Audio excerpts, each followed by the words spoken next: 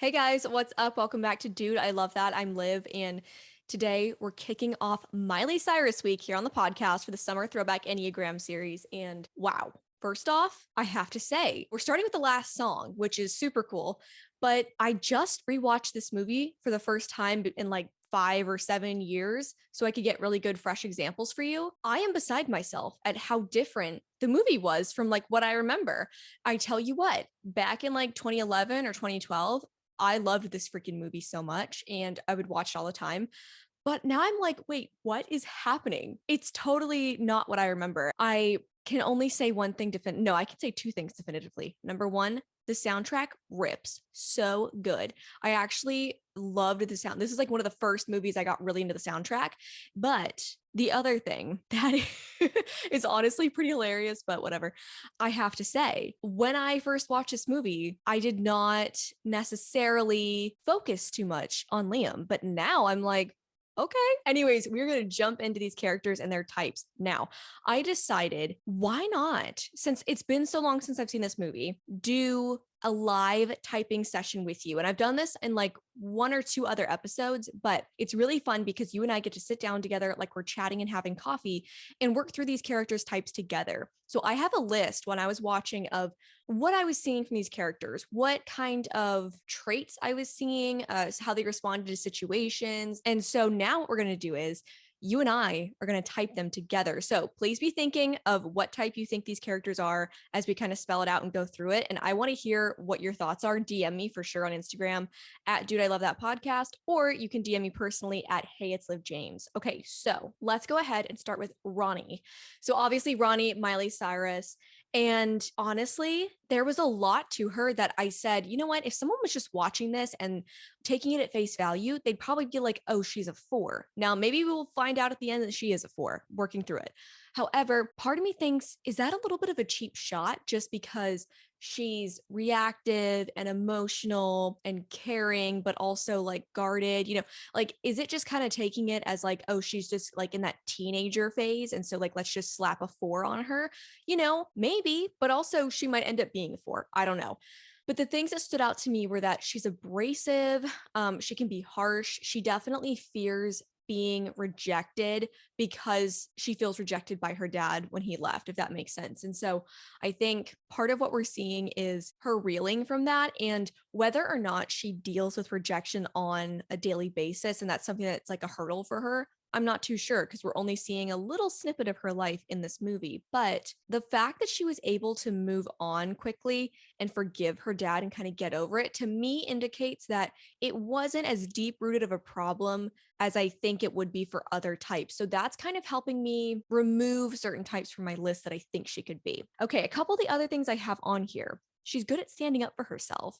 I think we see in the beginning of the movie that she really does a pretty great job of having firm boundaries in place and not crossing them. So examples of this are when, what's his name, Marcus, Blaze's boyfriend, when he's trying to like be all up on her, she's like, no. And, a lot of other people, they'd get scared and they might cave, understandably so. And so that indicates to me, okay, she's got really strong boundaries. She knows what's okay and what's not, at least for her and her moral compass. And then, that could indicate she might be an 8, she might be a 1. Other situations are that when Will tries to show interest in her, she's very much like, no, she doesn't just take the affection and attention that she's getting.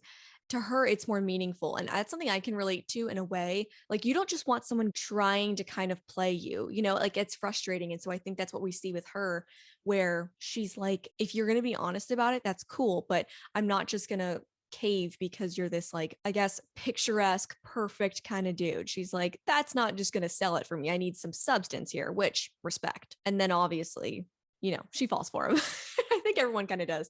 But she definitely just doesn't let anything kind of past her gate, if that makes sense. So, oh, that's another really good one. So she has a very strict set of morals, standards, rules, whatever you'd want to call it, that she abides by. And that's something that you'll see a lot from type 1s. And of course, now 4 has a connection to 1 and 7 has a connection to 1.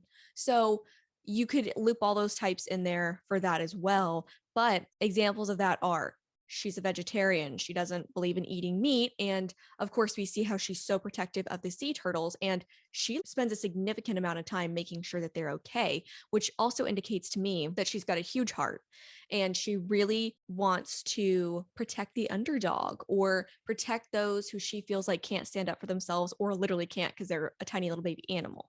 And so she really does put action behind her words and also to me shows that she's not just someone who talks game in order to make themselves look good or in order to be well liked. She actually truly believes it and lives it out, which again, very one-ish, very four-ish, because fours really value authenticity. So they're not just gonna like say things that they don't believe in. They're actually going to say it, believe it, and follow up on it. And same with sixes and and also eights. Let me just throw that in there. Although I really don't get a ton of type 8 from her because we do really see that vulnerable side of her.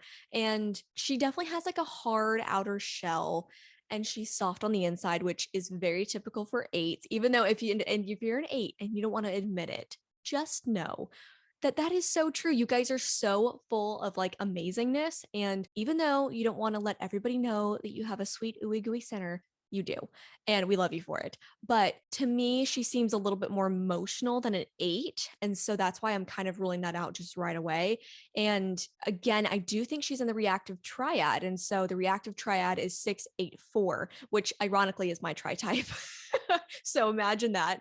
But the fact that she got all of the questions on her SATs wrong, that's incredible. She's obviously extremely, extremely smart. I mean, there's no way you can get that's the same as getting every question right, you know? And so I actually had a teacher in school that if you got every question wrong, you got an A. If you got every question right, you got an A because in order for you to know how to get every question wrong, you had to have studied and known the answer. You know what I'm saying? So obviously she's smart and she's like a child prodigy. Juilliard's been watching her since she was 5. And so I think we need to dig a little bit deeper to see, is there more than meets the eye with her? That's all I'm trying to say here. And then I guess another point I could make is that she really wants to feel supported by those around her and especially by her parents. And I think this whole time she's kind of felt like my dad just left me. He basically ditched me when I needed him. And so there's a little bit of abandonment, I guess, on her part of feeling like I can't trust him because he ditched me and he abandoned me. And now I think that's a lot of her anger towards him when she does find out that he's sick is like, now you're abandoning me again. And so I think there's a little more, again, of that emotional attachment because I think other types would be more focused on problem solving like okay how can we figure out this cancer situation, what can we do about it, the fives, that's what they're going to do, they're going to start problem solving. And then the one would probably be focusing more on like, let's get things in order. What do we need to do here so that you're taken care of? And then the two would be very much focusing on what does he need? How can I tend to him? And I think we do see that a lot with her. Now, remember, fours and twos have a connection as well. And then, of course, twos have a one wing. And so maybe that's where we're getting a little bit of that one rub off. And so, I mean, definitely could be that she's a two in lower levels of health because of the trauma that she's been through recently. However, usually when twos are in that low of health, they're going to be more prone to taking the affection that others give them without regard. And so, if she was a two in lower health levels, she probably would have really gone after Will right when he kind of showed interest. And so that's why I'm ruling that out. However, I think she probably does have a connection to two somewhere. And then clearly she's into classic literature. She was reading Anna Karenina, and that's probably not something that you just read for leisure. If you wanted to just read something really chill and light, you're going to be reading like a magazine or something, or like a nice fluffy beach read. Obviously, that's not that kind of book. And so she wants depth. And that's what I think is really interesting. Even when she tells Will, she's like, I don't want to just be like another summer girl. I need something more. And again, I think that's a little bit of that for authenticity of I need something that's going to truly be there, whether or not it's summer. Now, interesting. I want to check out this one. What if she's a 6? Because I think in a way she reminds me of a very like 6 wing 5 because when she first kind of enters the movie and Blaze befriends her, she is quick to be like, I can't have you steal this for me because I've already been busted. And she kind of goes through what that would look like instead of, the type 8 might just risk it. The type 4 might risk it. And I think there's a little bit more of a caution on her part. And I think if she is a 6, she's a counterphobic 6. She runs towards the fear, not away from it. And I think that's why maybe we're getting a little bit of that 4, because counterphobic 6s often look like 4s or 8s. Now, 6s, they're obviously going to be more concerned with people abandoning them because their fear is losing their system of support. And so if they feel like, oh my gosh, I needed someone and they weren't there for me, automatically goes into a bit of that distrust. They're going to be more cautious and they're going to be more prone to testing people to see, how much can I trust you? Are you really going to be there for me? Do you really mean what you say? And I think maybe that's why there's some of that pushback with Will. She's like, okay, whatever, just another pretty face, or is there some depth here? And then with her dad, she's like, you left me once. Can I really trust you when I'm living with you for the summer? And that's where I think she does put herself more out of the house because she doesn't feel safe there. That's not, your house is where you're supposed to feel safe. And she doesn't feel like that's being provided for her. So, also 6 is in the reactive triad, like I said. So maybe it's exactly what I said. Maybe she actually has a tri-type of a 6-4-8, because I think 4 would be closer than an 8 in that scenario. Because when you do your tri-type, and also if you've never heard of tri-types, you're new to the Enneagram, you're like, what is she talking about? Your tri-type is the type that you identify with most from each of the 3 triads. You have gut, which is 8s, 9s, 1s, heart, which is 2s, 3s, and 4s, and then of course head triad, where I'm at, which is 5s, 6s, and 7s. So for me, like I said, my tri-type is a 6-8-4. So that means from the gut triad, I identify most with a type 8. And in the heart triad, I identify most with the type 4. And so that's how I get my tri-type. And so maybe that's the deal with Ronnie. Maybe she's actually a 6 who's testing people, who wants that depth, the authenticity. And that's where you're getting some of that 4. And then also some of that 8, because she is daring. She does feel more closed off, a little bit more going to play things close to the vest because she doesn't want anyone to know her game. Interesting. Okay, yeah, I'm going to lock in my answer as her being a counterphobic 6. I talk a lot about counterphobic 6s, if you've never heard that term before, in the Top Gun episode and also the Divergent episode. So check out those if you want to learn more. But yeah, I think she's probably a counterphobic 6 with a 4 and an 8 in her tri-type. All right, we've got one down. Let's go on to Will. Okay, so some things that I wrote down for Will. He definitely wants to do what's right and will look out for others. And so obviously we see there's a couple of times where he gets in tussles with Marcus because he's coming after his friends or Blaze. And so he's going to step up and do what's right, which does feel very one-ish to me. I get a lot of like 9-1 vibes from him, but let's investigate further. Okay, so I also put down that he's quick to let go of what he wants in order for others to get what they want. And so like there's that scene where his buddy Scott says, no, you have to come, because if so-and-so doesn't come, then Cassie's not going to come and hang out with me. And so we see that he does end up ditching what he wants in order to go hang out with these girls for Scott. And so he's not someone that's so focused on what he wants that he's not going to help his friends out, even when he does really want to go after something. So he's obviously caring and considerate. And then he has a steady job and is a volunteer at the aquarium, when we see that he probably doesn't need to have those 2 jobs. I'm counting the aquarium as a job because it feels like a lot of work for volunteer, but still.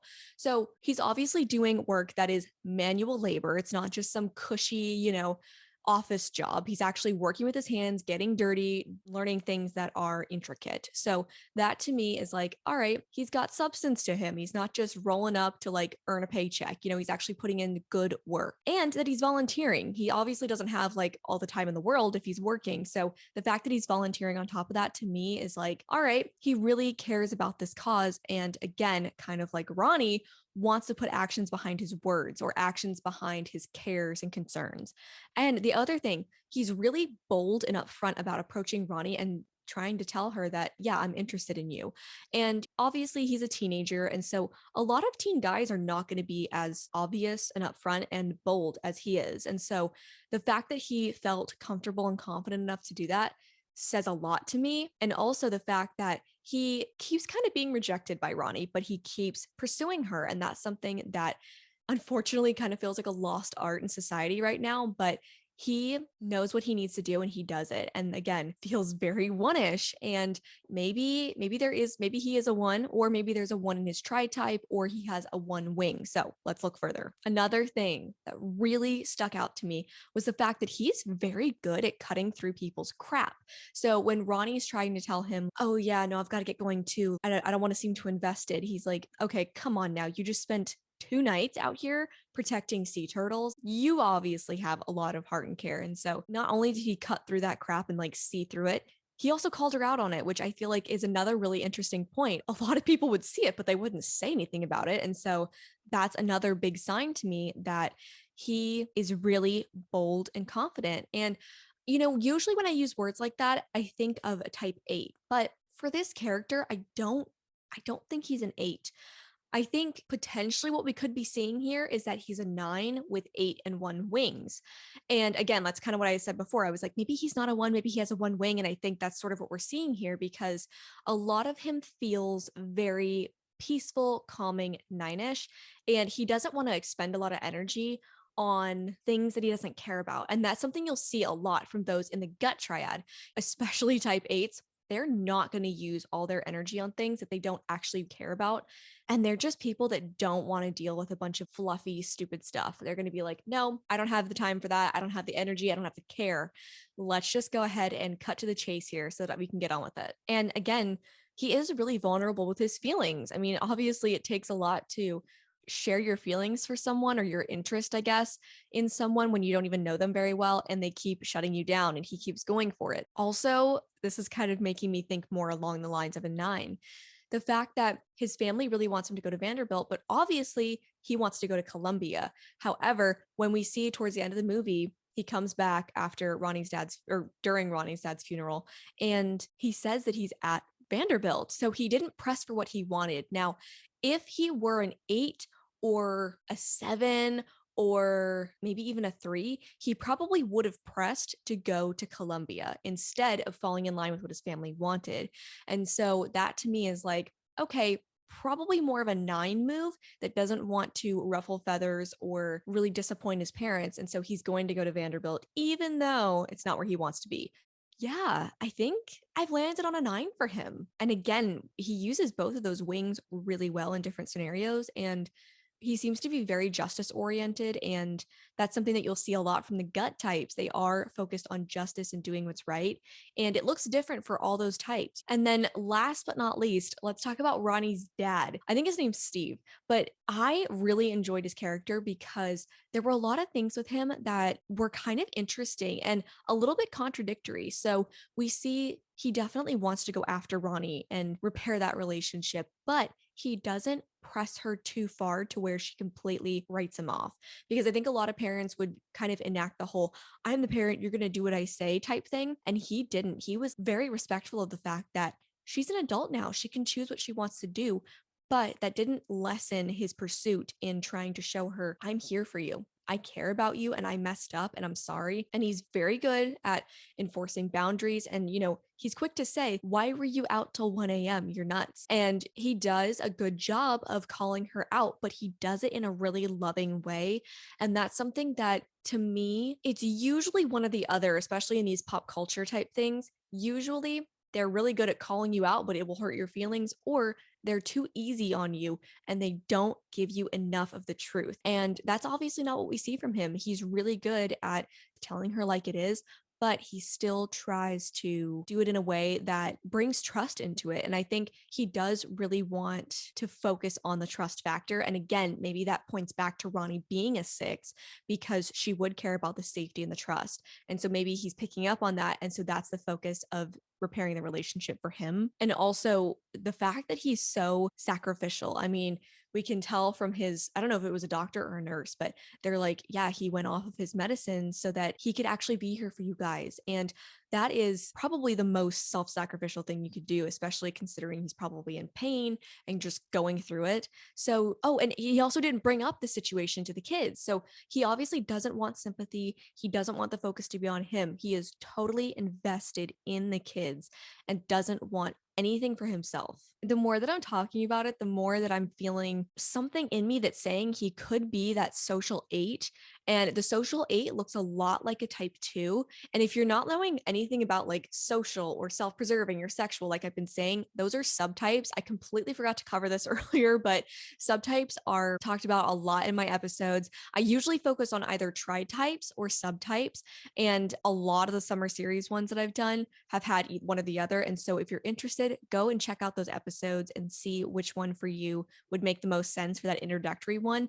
I think a good one for you to check out would probably be the Outer Banks episode, because that's where I really started getting into subtypes. And so that's kind of my talking through it for myself and with you. And so check that one out if you're interested. But I really feel like that type 8 with a social subtype that looks very similar to it too, they take their passion and their intensity, focus it more on supporting others. And so that's where it can come off kind of 2-ish. And so maybe that is it. I mean, he has to have a lot of strength in order to go off his medication and be there for the kids, and also not to bring up his own weakness. And that feels very 8-ish to me. You know, they never want to appear weak. And he's not doing it out of trying to be vain or trying to kind of keep any pride he has left. He seems to be doing it because of genuine care for his children. And so that does make me think social 8. You know, I think I just convinced myself he does seem to have that really steadfast demeanor. And that's something where as 8s get older, a lot of times that connection to 5, even though it's a connection to stress, they seem to become a lot more